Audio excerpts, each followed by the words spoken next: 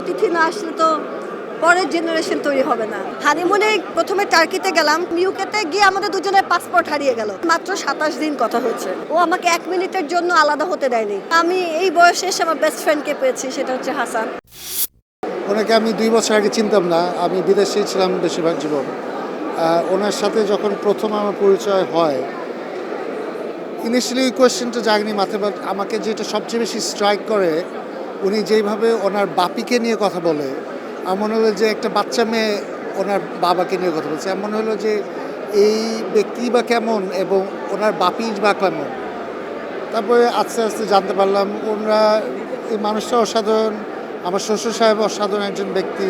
হাসান অনেক অরিজিনাল একটা মানুষ, ওর মধ্যে হিপোক্রেসি নেই, আমার মধ্যেও নেই, আপনারা নিশ্চয়ই জানেন। তো আমাদের দুজনের এই জায়গায় ম্যাচ হয়েছে, এই কারণে মনে হলো যে সেই আমার ভালো পার্টনার। আর আমি বলবো, আমি হাসানকে চুজ করা বা হাসান আমাকে চুজ করার থেকে বড় কথা, সৃষ্টিকর্তা আমাদের দুজনকে দুজনের জন্য চুজ করে দিয়েছে। কারণ ওর বাংলাদেশে থাকার কথা না, আমার সাথে দেখা হওয়ার কথা না, আমার বিয়ে করার কথা না, এই সবই যখন ঘটেছে আসলে উপরওয়ালার ইচ্ছা। আসলে অনেক দিনের পরিচয় না, আমি আসলে ওর কাজিনের পাত্রী হিসেবে দেখা করতে গিয়েছিলাম, সেখানে সে ছিল। তো তার আমার আর্টিস্টিক সোল হাসানের ভালো লেগেছে, আর আমারও ভালো লেগেছে। হাসান ইজ অ্যান আর্টিস্ট, এটা আমার খুবই আমাকে মুগ্ধ করেছে। হাসানের সাথে আমার মাত্র 27 দিন কথা হয়েছে। এই 27 দিনে ও আমাকে 1 মিনিটের জন্য আলাদা হতে দেয়নি।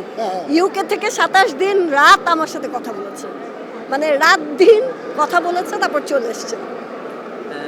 আমি একটাই শর্ত দিয়েছিলাম যে আমি বাংলাদেশে থাকতে চাই। যেই মসজিদটাতে আমাদের বিয়ে হয়েছে মহাখালীতে, ওই মসজিদটাতে আমি আমার বন্ধুর বিয়ে খেতে গিয়েছিলাম।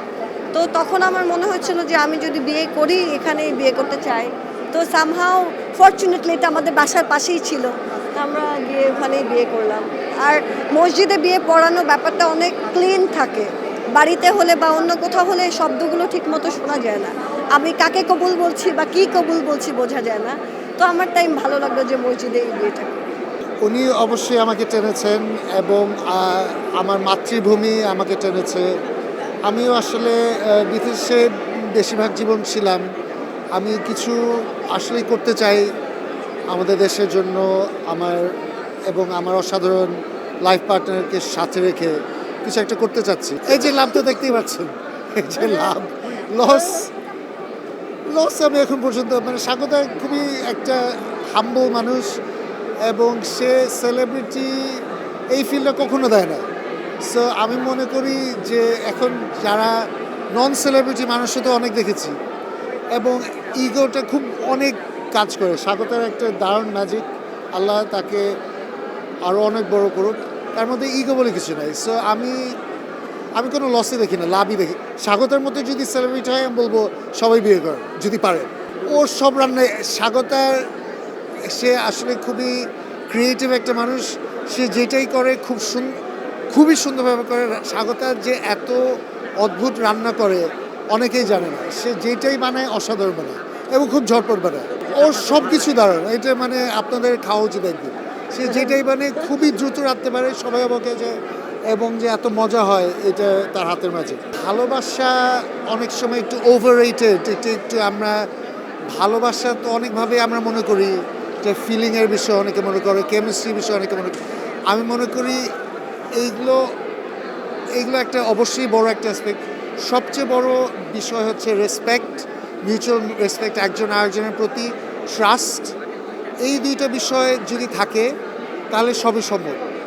সো অনেক সময় কেমিস্ট্রিও যে এটা যে চিরদিন থাকবে we don't know, but respect and trust যদি থাকে, আন্ডারস্ট্যান্ডিং যদি থাকে, বন্ধুত্ব যদি থাকে, তাহলে একটা কিছু হতে পারে। আমার কাছে ভালোবাসার মানে হচ্ছে বন্ধুত্ব আর রেসপেক্ট। আমি এই বয়সে এসে আমার বেস্ট ফ্রেন্ডকে পেয়েছি, সেটা হচ্ছে হাসান। তো এটা খুবই জরুরি ছিল, এটাও আমি শুনেছি। কিন্তু না, হাসান রান্নাবান্না টাইপের কাজ নিজেরটা নিজে করে না, কিন্তু হাসানের অনেক মাছ আছে, সেই মাছদেরকে সে নিজের হাতে খাওয়ায়, সকালে উঠে এক্সারসাইজ করে, বই লেখে, বই পড়ে, টেনিস খেলে। He is very active. Never, কখনোই না। আমাকে পেয়ে সব আমার রান্না রিলেটেড, বাট হাসান অনেক হেল্পফুল। হ্যাঁ, কাজে একটু অনেকেই বিয়ের পরে কাজ ছেড়ে দেয় বা হাজবেন্ড তরফ থেকে নিষেধ থাকে। এটা হাসান উত্তর দেবে। বল আমাকে কাজ কিভাবে দেখতে চাস তুই? আমি তো কাজ করতে চাই। আমি মানে Swagata is an extremely gifted artist. সে অনেক একটা মানুষের মধ্যে এতগুলো আর্টিস্টিক পসিবিলিটি যে থাকতে পারে এটা আমার কাছে খুবই অবাক লাগে এবং আমি মনে করি যদি আমি তার রিয়েলি তার ওয়েল উইশার হয়ে থাকি তাহলে আমার দায়িত্ব হচ্ছে তাকে সাপোর্ট করা, আমার দায়িত্ব হচ্ছে তাকে যেইভাবে সম্ভব এনকারেজ করা যাতে সে তার ফুল পোটেনশিয়াল রিয়েলাইজ করতে পারে। আমি মনে করি স্বাগতার মানে দিস ইজ আমরা যা দেখেছি এই পর্যন্ত ইটস জাস্ট দ্য বিগিনিং, বাকিটা এখনও দেখা বাকি আমাদের সবার। আমি করেছি একজন অ্যাক্টর, একজন মিউজিশিয়ান, একজন প্রেজেন্টার, একজন অ্যামেজিং হোম মেকার, সব কিছুই। কোনো এক বসন্তের বিকেলে কি কোনো রোমান্টিক গান শোনাইছি আপনাকে? আমরা দুজনে একসাথে গান বানাই। আমরা একসাথে গান বানাই, সো ওনার পুরো ব্যাপারটাই মিউজিকে জড়ানো আর কি। অ্যান্ড আলহামদুলিল্লাহ হাসানের সহযোগিতায় আমার বাবার স্কুল আনন্দম সঙ্গীতাঙ্গন এটা ফাউন্ডেশনের রূপ নিচ্ছে।